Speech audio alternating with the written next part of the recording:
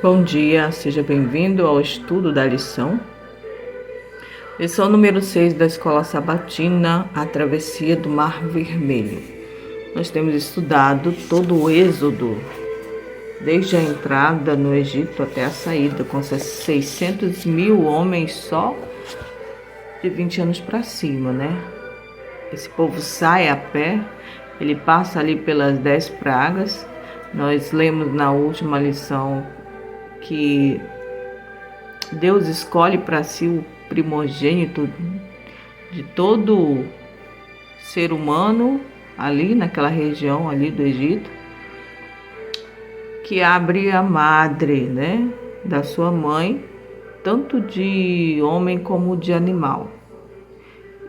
E a Páscoa então acontece porque Jesus livra o povo, toda a casa onde o Pai pintou com o sangue do Cordeiro, ali foi livrada da morte, né? E aí, às pressas, Faraó deixa aí o povo e a gente vai começar a estudar sobre isso. Vamos orar? Querido Jesus, obrigada pelo dia, pelo despertar nesta manhã, e o Senhor abençoe a nossa semana. Ajuda-nos a entender a tua mensagem, todo o teu santo e bom querer, e o Senhor abençoe cada família e o nosso estudo em nome de Jesus. Amém, Senhor. Vamos lá. A travessia do Mar Vermelho. O verso para memorizar diz o seguinte: Moisés, porém, respondeu ao povo: Não tenham medo. Fiquem firmes e vejam o livramento que o Senhor lhes fará no dia de hoje, porque vocês nunca mais verão esses egípcios que hoje vocês estão vendo. O Senhor lutará por vocês. Fiquem calmos. Está lá em Êxodo 14, o do versículo 13 e o versículo 24. Veja que Jesus, então, ele já tem demonstrado todo o seu poder, né?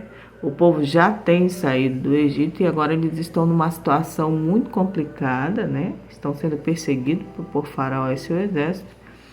E Deus, então, ele diz: aquietai-vos e deixa eu mostrar que eu sou Deus, né? Vamos lá. O Êxodo é a experiência mais impressionante e gloriosa do povo de Deus do Antigo Testamento. Esse evento é o modelo de como Deus derrotou os inimigos dos hebreus e os levou vitoriosamente para a terra prometida. É também símbolo da salvação e da redenção em Cristo. Salvação porque Jesus, ele vai salvar, assim como salvou no Egito, né? Aquele povo sai do Egito até a região da Palestina, ali a pé. Com grande poder, o próprio Jesus acompanha. A Bíblia diz que a rocha acompanhou em todo o tempo. Assim como Jesus também se manifestava naquela nuvem durante o dia e aquela tocha de fogo durante a noite. Então veja que Jesus, no Êxodo, ele se manifesta com grande poder, certo? E ele avisa sempre. Ali Jesus, ele escolhe o povo, seu povo, o redime, o salva e o liberta. Então Jesus, ele vai também, aquele sangue que foi colocado nas casas ali, separando o povo de Deus, ele prefigurava o sangue de Jesus que hoje separa o seu povo. Todo aquele que lava o seu corpo, entrega a sua vida, se coloca sob o sangue do Cordeiro, também será livrado e salvo. Amém? Do ponto de vista humano, os filhos de Israel estavam em situação desesperadora e até mesmo impossível. Eles não podiam se salvar por si mesmos. Se fossem libertados, teria que ser por um ato divino. Então veja, eles estavam ali à frente o Mar Vermelho e atrás o exército de Faraó. Então assim, humanamente não teriam salvação. Ali seria o fim. Mas Jesus faz o grande milagre. Um grande milagre que nunca mais seria esquecido. E que hoje eu e você temos a ciência dele, através da Bíblia, através inclusive de relatos, enfim. Deus, ele mostra ali naquele momento que ele é o dono da natureza, que ele criou o céu, a terra, o mar, a fonte das águas e criou o homem também.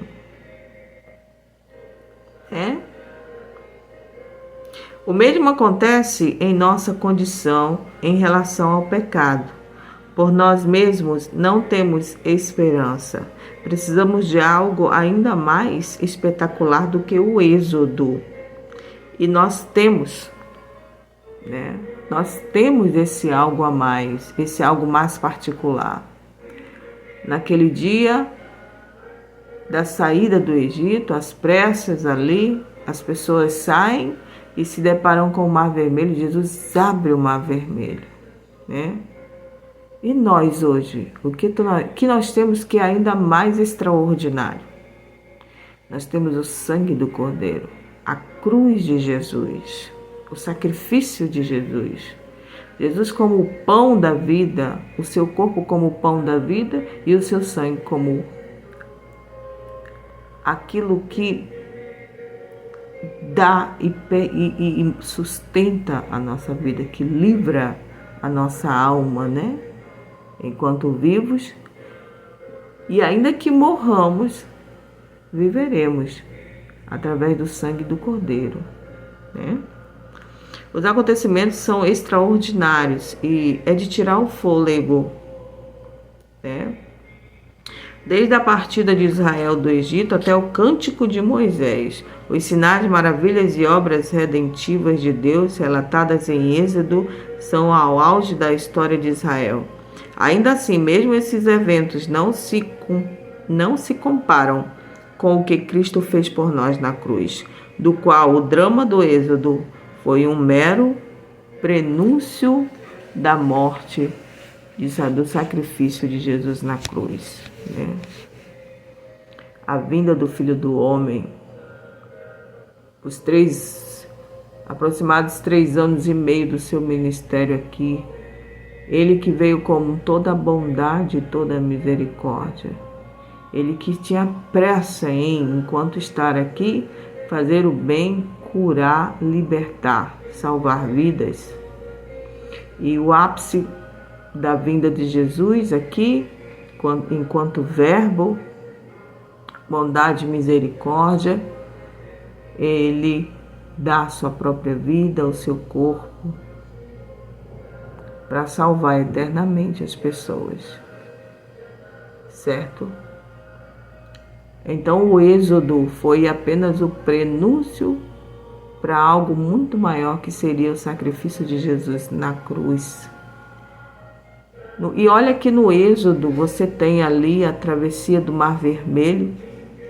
Segundo, você tem ali a rocha, daquela rocha sai água pura, água potável para consumo.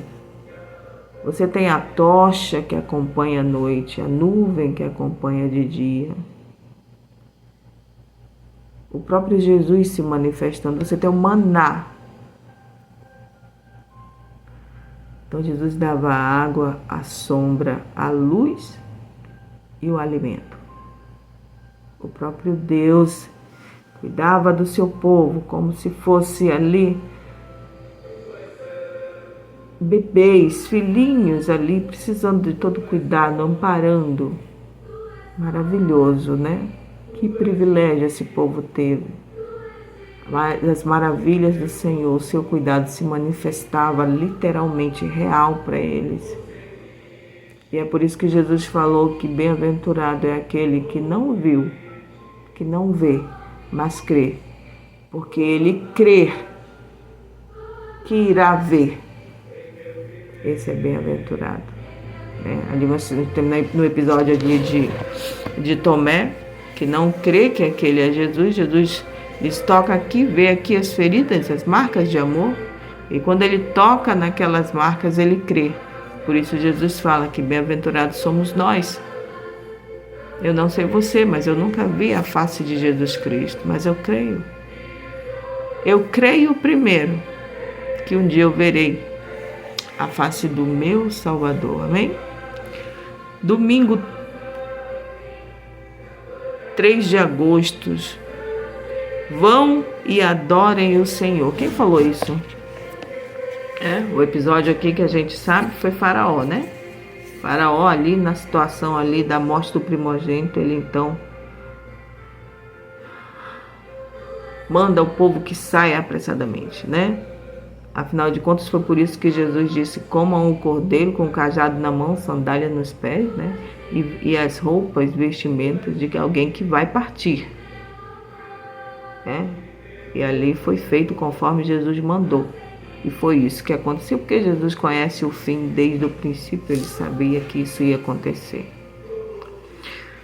Na noite da Páscoa, o juízo divino alcançou os que não estavam cobertos pelo sangue. Ninguém escapou, independentemente de posição, educação, condição social ou sexo. A punição atingiu todas as famílias de Faraó, aos escravos e até mesmo os primogênitos dos animais. O orgulho do Egito estava no pó. Jesus ali mostra que ele é Deus, o Deus que cria a vida, o Deus que sustenta a vida, o Deus que tem o poder sobre a vida e a morte. Jesus ali então, ele vence o mal. E ele faz ali a demonstração, diz que só ele é Deus. Nenhum daqueles deuses do Egito pôde livrá-los de nenhuma das pragas. Mas essa em específico demonstrava que Deus criou a vida e é Ele que sustenta e permite a vida humana e a vida dos animais posteriormente, né? Leia Êxodo 12, do 31 ao 36. Que pedido estranho Faraó fez, porque mesmo dando permissão para que todos saíssem. Então veja por que ele deu agora permissão para o povo sair. Será que ele tinha se arrependido? Será que Faraó tinha realmente crido agora? Esse era um arrependimento ou era o medo das consequências, né? Porque a gente tem que saber determinar. Às vezes a pessoa cede por medo da consequência, não porque refletiu nos seus atos, não porque se arrependeu, confessou os pecados e refletiu que está errado, né? Vamos lá. Êxodo 12, do 31 ao 36. Aconteceu que à meia-noite feriu o Senhor todos os primogênitos, né? Então, naquela mesma noite, Faraó chamou a Moisés e a Arão e lhes disse: levantai-vos, saí do meio do meu povo, né? Agora sim. Tanto vós como os filhos de Israel ide servir ao Senhor, como tendes dito. Levantai também convosco vossas ovelhas e vosso gado, como tendes dito. Ide-vos embora e abençoai-me também a mim. Os egípcios apertavam com o povo, apressando-se em lançá-los fora da terra, pois diziam todos: morreremos todos. O povo tomou a sua massa antes que levedasse as suas amassadeiras, atadas em trouxas com seus vestidos sobre os ombros. Fizeram, pois, os filhos de Israel conforme a palavra de Moisés e pediram aos egípcios objetos de prata, objetos de ouros e roupa. E o Senhor fez que o seu povo encontrasse favor da parte dos egípcios, de maneira que esses lhes davam o que pediam e despojaram os egípcios. Era como se tivesse sido uma guerra vencida, uma batalha foi vencida, E agora ali eles estavam saindo com despojo. Ali também simbolizava todo aquela prata, aquele ouro que eles deram, aquelas vestes, né? Tudo ali foi dado ali como pagamento, como a indenização, né? Indenização ao povo que trabalhou como escravo, né? E você vê que é interessante aqui essa pergunta, esse pedido de Faraó, ele é estranho por quê? Porque ele não é real.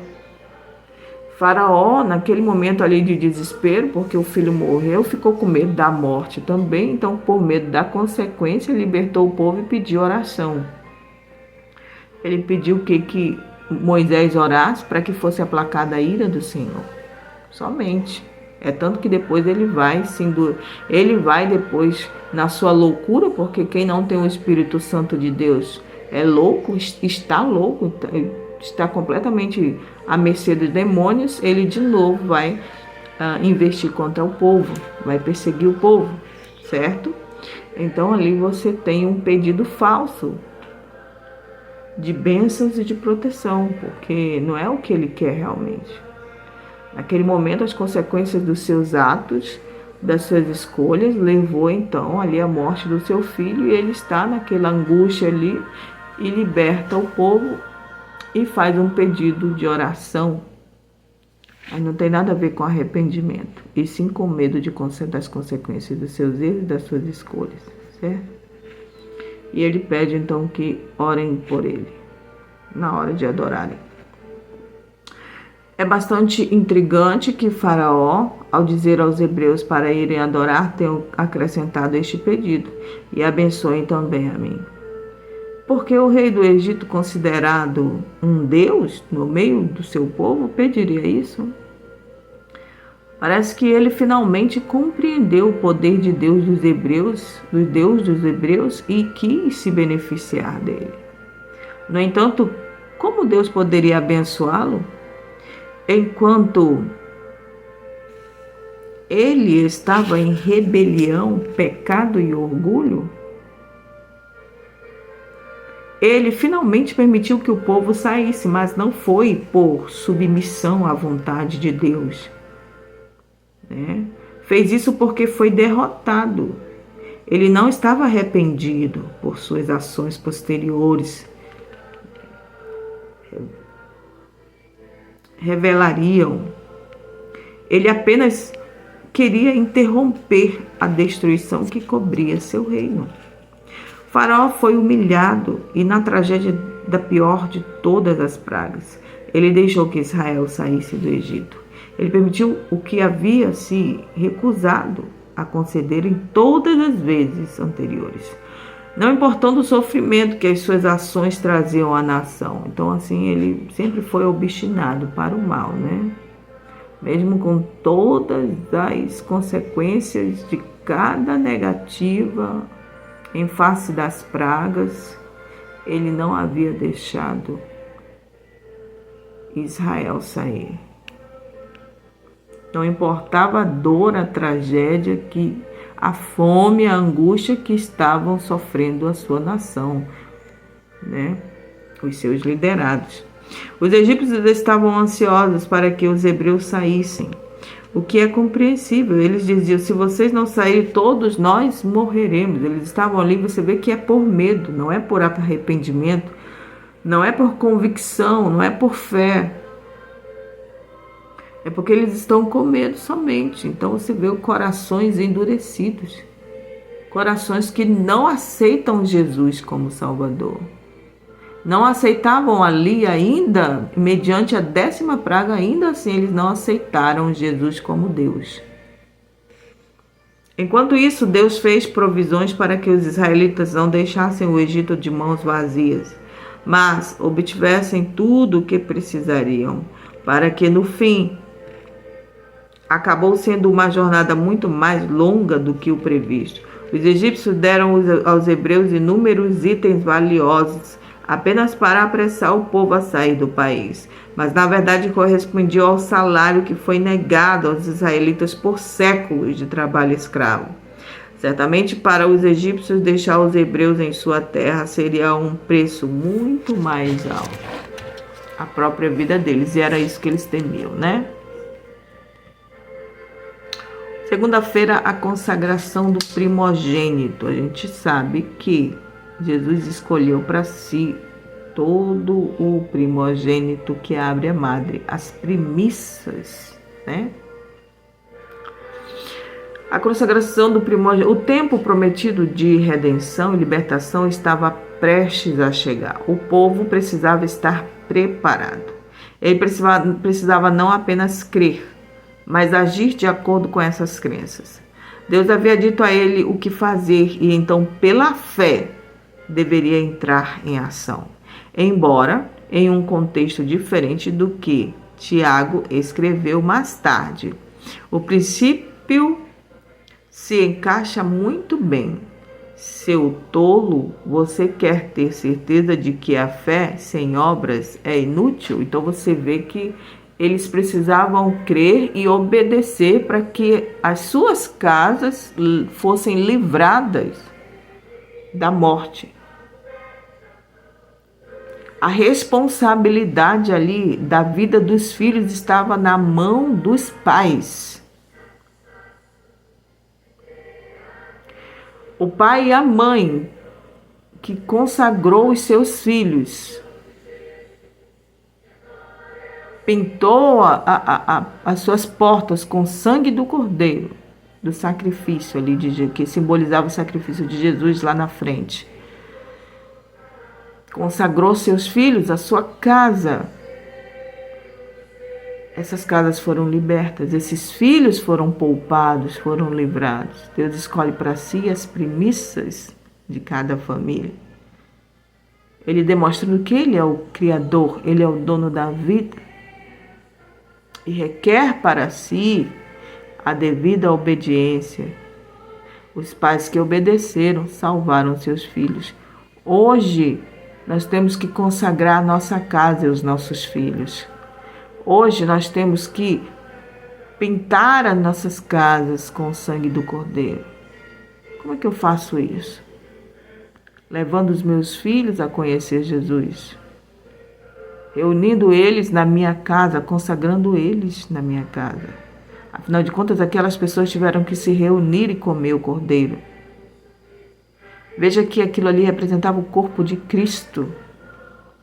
Que posteriormente nós faríamos o próprio ritual que Jesus fez da Santa Ceia. Ele disse: fazei isso em memória de mim. Esse é meu corpo, esse é o meu sangue. Porque agora não precisava mais do ritual pascual.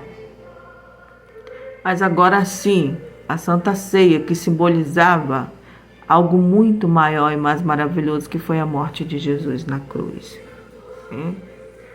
Consagrando ali toda a família, todos. Vamos lá. Leia Êxodo 13, do 1 ao 6. Os primogênitos de Israel foram poupados pela graça de Deus durante a praga final.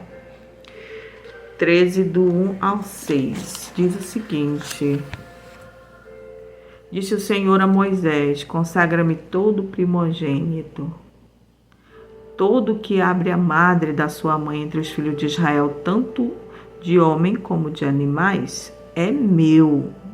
Disse Moisés ao povo: lembrai-vos destes mesmos dias em que saístes do Egito, da casa da servidão, pois com mão forte o Senhor vos tirou de lá. Portanto, não comereis pão levedado. Hoje, mês de Abibe, estáis saindo.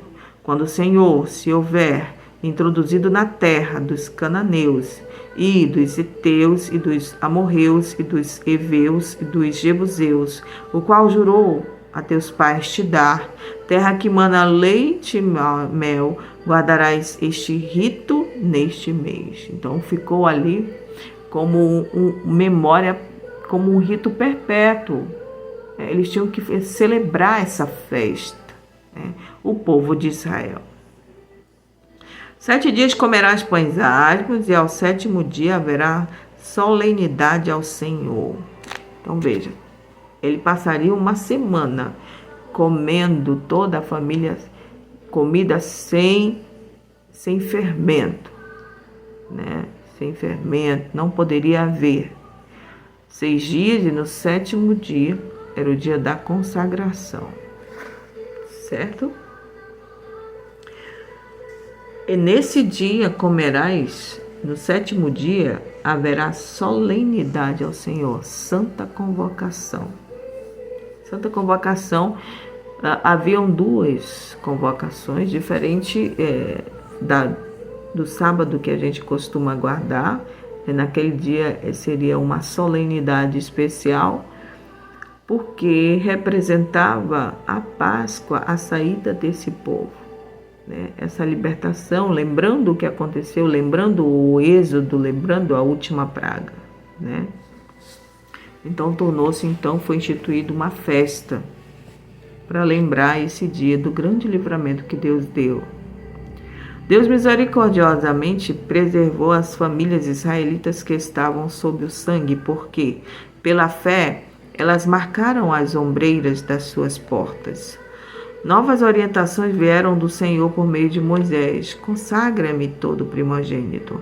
Essa legislação era válida tanto para seres humanos quanto para animais.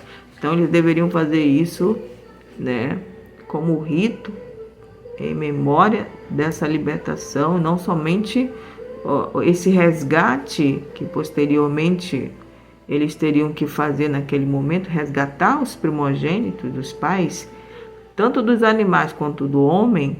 Durante essa festa, os filhos primogênitos eram resgatados, porque Jesus havia tomado para si todo o primogênito que abre a madre, certo? Um princípio por trás dessa instrução é que tudo pertence a Deus, porque Ele é o nosso Criador e o dono de tudo. Ao Senhor pertence a terra e a sua plenitude, o mundo e os que nele habitam. Minha é a prata, meu é o ouro, diz o Senhor dos Exércitos. Os filhos primogênitos dos israelitas eram as primícias das bênçãos de Deus que Ele lhes havia concedido. Também eram um sinal de consagração total ao Senhor e da compreensão de que tudo o que possuíam vinham somente dele. Além disso, encontramos a ideia de redenção ou salvação. Os filhos primogênitos foram poupados da morte porque foram cobertos pelo sangue. Eles foram redimidos da morte, assim como todos os que estão sob o sangue de Cristo. Paulo escreveu sobre Jesus, em quem temos a redenção e remissão de pecados. Deus apresentou regulamentos sobre como essa dedicação deveria ocorrer, celebrando a libertação da escravidão egípcia. Os israelitas deviam sacrificar os animais, mas seus filhos deveriam ser resgatados, né? Sacrificava ali um animal na festa, né? Durante aquele período ali, na festa das primícias, e comia-se os pães asmos no 7º dia. Ali era a solenidade, né? Santa convocação. E era resgatado o primogênito. O pai fazia o resgate do seu filho. Atravessando o Mar Vermelho, terça-feira, dia 5 de agosto. Leia Êxodo 13, do 17 ao 22. Nós já temos aqui. A gente vai fazer a leitura do 17 ao 22. Tendo o faraó deixado ir o povo, Deus não o levou pelo caminho da terra dos filisteus, posto que mais perto, pois, disse, para que, porventura, o povo não se arrependa vendo a guerra e torne ao Egito. Porém, Deus fez o povo rodear pelo caminho do deserto, perto do Mar Vermelho, e, arregimentados, subiram os filhos de Israel do Egito. Veja que Jesus faz eles pegar um caminho mais longo.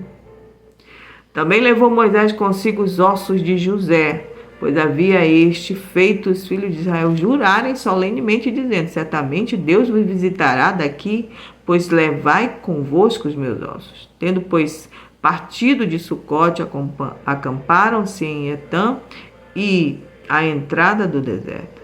O Senhor ia adiante deles durante o dia, numa coluna de nuvem para os guiar pelo caminho. Durante a noite, numa coluna de fogo para os alumiar, a fim de que caminhassem de dia e de noite. Nunca se apartou do povo a coluna de nuvem durante o dia, nem a coluna de fogo durante a noite. Que maravilha! Que maravilha! Esse povo via a glória do Salvador. Disse o Senhor a Moisés, no capítulo 14, 1. Fala aos filhos de Israel que retrocedam e se acampem defronte de Pi-Airote, entre Migdoel e o mar, diante de Baal-Zefon. Em frente dele vos acampareis junto ao mar. Então Faraó dirá dos filhos de Israel: estão desorientados na terra, o deserto os encerrou. Endurecerei o coração de Faraó para que os persiga, e serei glorificado em Faraó e em todo o seu exército. E saberão os egípcios que eu sou o Senhor. Eles assim fizeram. Sendo, pois, anunciado ao rei do Egito que o povo fugia, mudou-se o coração de Faraó dos seus oficiais contra o povo e disseram: que é isto que fizemos, permitindo que Israel nos deixasse de servir? E aprontou Faraó o seu carro e tomou consigo o seu povo, tomou também 600 carros escolhidos e todos os carros do Egito, com capitães sobre todos eles. Porque o Senhor endureceu o coração de Faraó, rei do Egito, para que perseguisse os filhos de Israel. Porém, os filhos de Israel saíram afoitamente. Perseguiram-nos os egípcios, todos os cavalos e carros de Faraó e os seus cavaleiros, e os seus exércitos alcançaram acampados junto ao mar, perto de Pi-Airote, defronte de Baal-Zefon. E chegando Faraó, os filhos de Israel levantaram os olhos, e eis que os egípcios vinham atrás deles. Temeram muito. Então os filhos de Israel realmente clamaram ao Senhor. Disseram a Moisés: será por não haver sepulcro no Egito que nos tiraste de lá para que morramos neste deserto? Por que nos tratastes assim, fazendo-nos sair do Egito? Veja aqui a dureza também do coração do povo. Eles tinham acabado de ver a morte dos primogênitos do Egito. Eles tinham acabado de ganhar o livramento dos seus próprios filhos. Eles tinham acabado de ver a maravilha do poder do Criador. Mas os corações dessas pessoas eram de uma dureza tremenda. A menor provação, e essa não era qualquer provação, né? Ali Jesus estava testando a fé daquele povo. Cada vez que Jesus testava a fé daquele povo, grande parte dele blasfemava, lamentava, acusava. Você vê que ele diz assim: será que ele trouxe a gente para o deserto para matar a gente? Moisés, porém, respondeu ao povo: não temais, aquietai-vos e vede o livramento do Senhor que hoje vos fará, porque os egípcios que hoje vedes, nunca mais os tornarei a ver. O Senhor pelejará por vós, e vos calarei. Gente, definitivamente, Deus mostra nesse momento que Ele é Deus. Seguindo as instruções de Deus a Moisés, os israelitas deixaram o Egito com um exército bem organizado. Os termos hebraicos Saba e Macané testificam essa descrição. Gente, eu não sei falar direitinho a palavra, mas eu falo conforme a língua portuguesa, silabando ela, né? A primeira palavra significa exército ou hoste, e a segunda, acampamento ou divisão. Eles foram divididos em unidades e marchavam como um exército. Posteriormente, Balaão viu das colinas de Moabe que Israel estava acampado, tribo por tribo. Então veja que Deus organizou tudo, né? Deus organizava eles tribo por tribo. Deus é perfeito, né? Ele iria dar instruções perfeitas para aquele povo.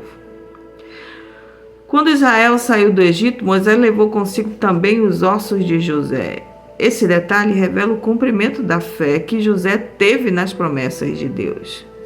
Apesar de ele estar no Egito, governar o Egito, ele não era do Egito. José jamais perdeu de vista a terra prometida. Mesmo vivendo no esplendor do Egito, ele pediu que os seus ossos fossem levados para Canaã.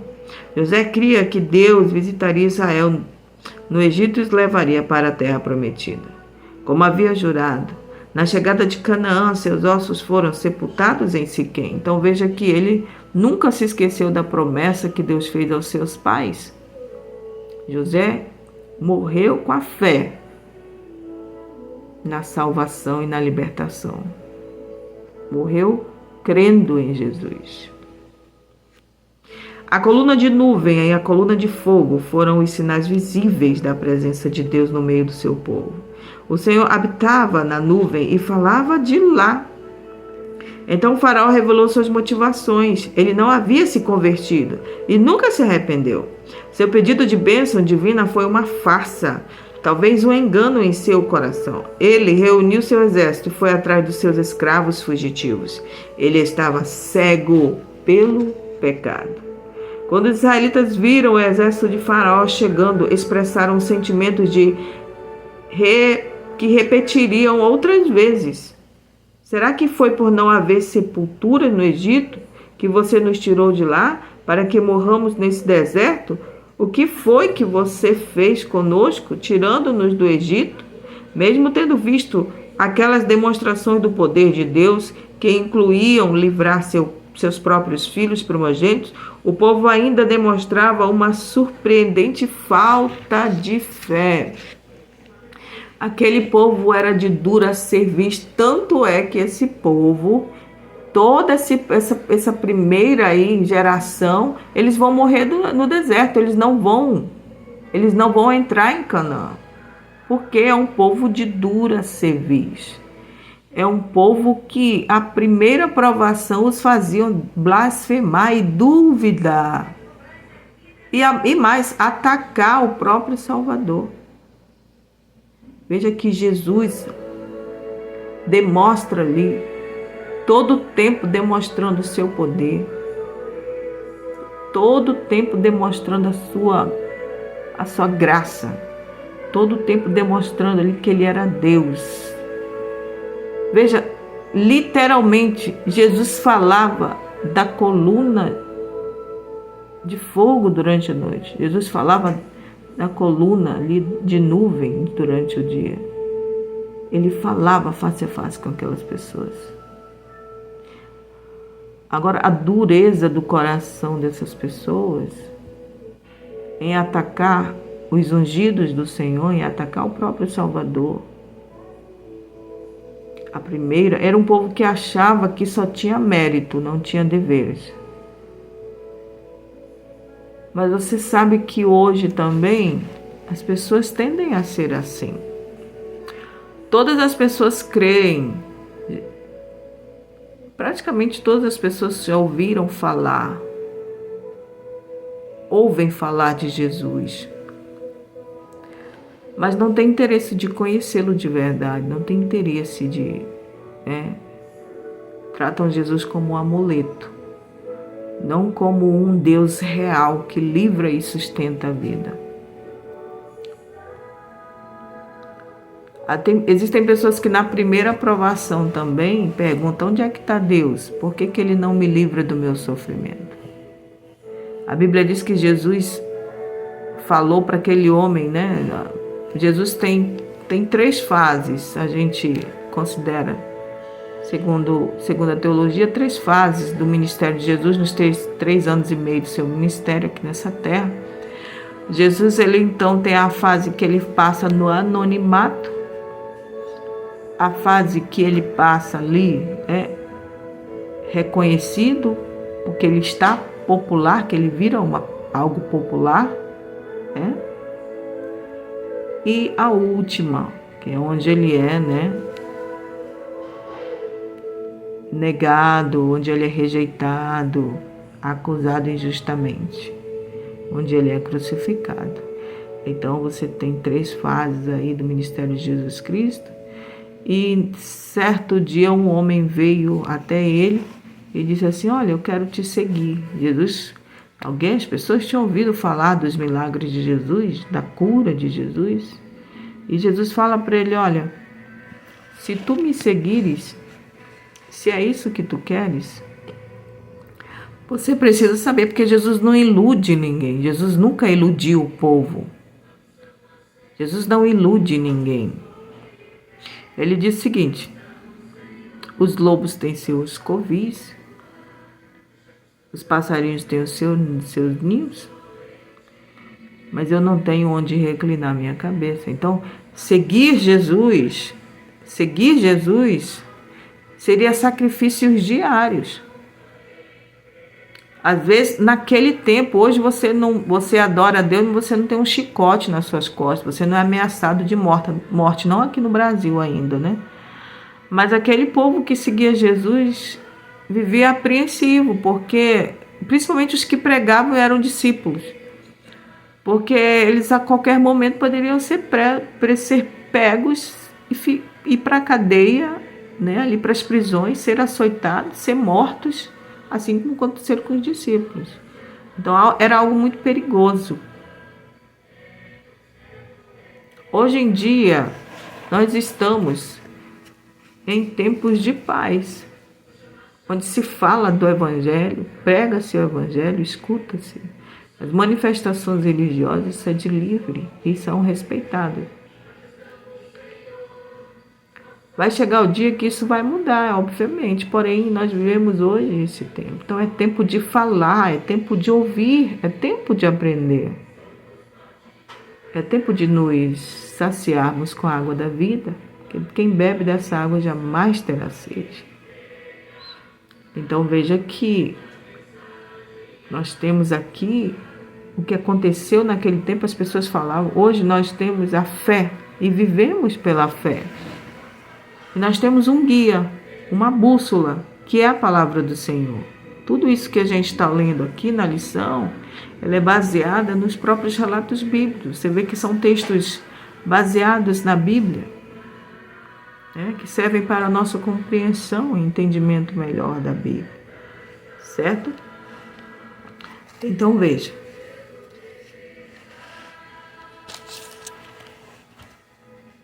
Quando os israelitas viram o exército de Faraó chegando, expressaram sentimentos que repetiriam outras vezes. Será que foi por não haver sepulcros? Então eles ficavam ali falando contra Deus, né? Deus quer a fé, Ele quer que a gente se aquiete e descanse nele e deixe Ele mostrar que aqueles que estão sob o sangue do Cordeiro serão livrados, serão libertos. E ainda que morramos, nós viveremos. Afinal de contas, muitas pessoas já passaram por situações, grandes mártires, né? Grandes testemunhas da verdade do Evangelho, assim como Sadraque, por exemplo, Mesaque e Abednego.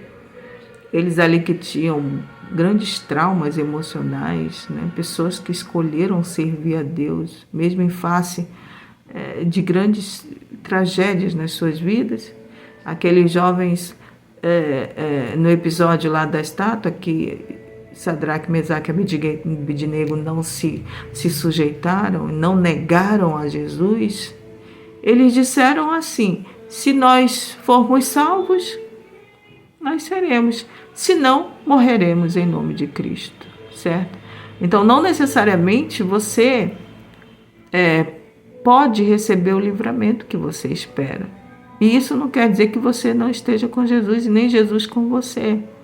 Isso não quer dizer que Jesus te abandonou. Muitas pessoas ainda irão morrer pelo Evangelho. Muitas pessoas já morreram, foram sacrificadas, glorificaram o nome de Deus com as suas próprias vidas. Mas no final eles terão o galardão e a vida eterna. Avançando pela fé, avançando pela fé. Leia Êxodo 14, do 13 ao 31. Vamos lá? Moisés, porém, respondeu ao povo: não temais, aquietai-vos, veja o livramento do Senhor que hoje vos fará, porque os egípcios que hoje vedes, nunca mais tornareis a ver. O Senhor pelejará por vós, e vós vos calareis. Disse o Senhor a Moisés: por que clamais a mim? Diz aos filhos de Israel que marchem. Aqui eles já estão em face ali do deserto, né? Eles já estão em face do Mar Vermelho. Atrás havia o exército e à frente o Mar Vermelho. E Jesus diz assim: olha, se eles não romperem marcha, eles precisavam ter fé. Eles olharam o Mar Vermelho. E quando Moisés disse: coloquem o pé na água, marchem, rompam a marcha. E quando aquele povo começa a marchar e colocar o pé na água, o mar se abre. Ali eles precisavam de fé. Fé naquilo que... O que é a fé? É crer, ter certeza da salvação. Em face a grandes situações que você não tem o poder. Você só tem certeza que se você fizer, aquilo vai acontecer. Então aquele povo tinha que ter fé para poder o mar se abrir. E tu, levanta o teu bordão, estende a mão sobre o mar e divide-o para que os filhos de Israel passem pelo meio do mar em seco. Eis que endureceria o coração dos egípcios para vos seguirem. Serei glorificado em Faraó e todo o seu exército, nos seus carros e nos seus cavalarianos. Os egípcios saberão que eu sou o Senhor, quando for glorificado em Faraó, nos seus carros e nos seus cavalarianos. Então o anjo de Deus, que ia adiante do exército de Israel, se retirou e passou para trás deles. Também a coluna da nuvem se retirou diante deles e se pôs atrás. Iam entre o campo dos egípcios e o campo de Israel. A nuvem era escuridade para aqueles e para estes clareava a noite, de maneira que em toda a noite este e aqueles não puderam se aproximar. Então a nuvem passa para trás para escurecer o caminho dos inimigos de Israel. E eles ficam ali. O poder de Deus, os anjos do Senhor, o próprio Jesus, peleja contra os inimigos de Israel. E ao pelejarem contra os inimigos de Israel, eles vão então ficar entre o povo de Deus e o exército de Faraó. Amém? Uma vez que Moisés confiava em Deus e em sua palavra, ele encorajou o povo. O líder hebreu apresentou 4 verdades essenciais sobre como agir em situações difíceis. Não tenham medo. O primeiro convite é confiar no Senhor, porque somente dessa forma podemos vencer o medo. Isaías nos lembra dessa verdade ao declarar que os crentes estão nas mãos de Deus e Ele agirá por eles quando o aceitarem como seu Deus e Senhor. Não tema, porque eu estou com você. Não fique com medo, porque eu sou o seu Deus. Eu, o Senhor, seu Deus, o tomo pela mão direita e lhe digo: não tenha medo, pois eu o ajudarei. Veja que Jesus, ele se coloca como seu Deus e disse: te aquieta. Clame a mim e olhe o que eu posso fazer por ti. Jesus fala isso pra gente. Fiquem firmes. Isso não significa apenas parar de murmurar e esperar grandes coisas, mas confiar em Deus e esperar pacientemente por sua poderosa intervenção, porque Ele agirá. Vejam o livramento que o Senhor lhes fará no dia de hoje, ele disse. Para que a fé cresça, é importante reconhecer a direção e o auxílio de Deus e ser grato pelo cuidado que Ele promete. significa abrir os olhos. Ver significa abrir os olhos. Somente Deus concede vitória, segurança e salvação. Ele está sempre conosco, cuidando e provendo tudo o que é necessário no momento apropriado. Deus sabe o momento certo. Deus sabe. O cântico de Moisés e de Miriam. Então Jesus, então, com grande mão, liberta aquele povo, livra aquele povo. E o próprio povo fica ali maravilhado. Porque ao passo que quando eles saíram do Mar Vermelho e chegaram do outro lado, o mar cobre e ceifa ali a vida de todos os que perseguiam a Israel. O exército egípcio foi derrotado, ninguém sobreviveu, incluindo Faraó. Foi uma derrota surpreendente para os egípcios e uma vitória completa para o povo de Deus. Não é de admirar que, ao longo de toda a sua história e até hoje, os judeus eles recontam esse evento. Leia Êxodo 15, qual o conteúdo do cântico de Moisés. Então Moisés ali com o povo vão entoar um cântico. Esse cântico que a Bíblia revela mais tarde, que a gente vai cantar quando Jesus Cristo finalmente triunfar sobre essa terra e salvar os seus redimidos, aqueles que estão lavados no sangue do Cordeiro. Quando Jesus Cristo voltar, o povo de Deus irá cantar um cântico, o cântico de Moisés. Mas os 144.000, aqueles que passarem pela grande tribulação em vida, esses cantarão um cântico especial. Amém? Então diz o seguinte, vamos ler o primeiro verso. Então entoou Moisés e os filhos de Israel este cântico ao Senhor e disseram: cantarei ao Senhor, porque triunfou gloriosamente, lançou no mar o cavalo e o seu cavalariano. Então veja que eles vão ali contar em forma de cântico toda a grande maravilha que aconteceu na travessia do Mar Vermelho. Esse cântico esse cântico louva o Senhor porque ele é um guerreiro poderoso que derrotou aqueles que se opuseram ao seu povo. Moisés desenvolveu pessoalmente esse tema, enfatizando que o Senhor, seu Deus, também era sua força, cântico e salvação. Ninguém é igual a ele, glorificado em santidade, terrível em feitos gloriosos, que opera maravilhas. O cântico de Moisés está centrado em Deus, em quem ele é e o que está fazendo. O Senhor é exaltado, louvado e admirado por sua obra extraordinária em favor do seu povo. Gratidão e adoração são resultados naturais da bondade de Deus para conosco. Apreciar seu amor é o requisito essencial de uma vida espiritual poderosa. Então, o crente, o verdadeiro cristão, o verdadeiro crente, que consegue ver o poder de Deus na sua vida, os milagres de Deus na sua vida, as maravilhas de Deus na sua vida, tem um coração e uma vida de gratidão. Então, a vida de gratidão, quando você devolve o dízimo, quando você entrega a sua vida ao Senhor, quando você busca Deus, quando você estuda a Bíblia, quando você leva os seus filhos a conhecer Jesus, quando você vai congregar na igreja, quando você guarda o sábado, quando você guarda os 10 mandamentos, nada mais é do que ofertas de gratidão,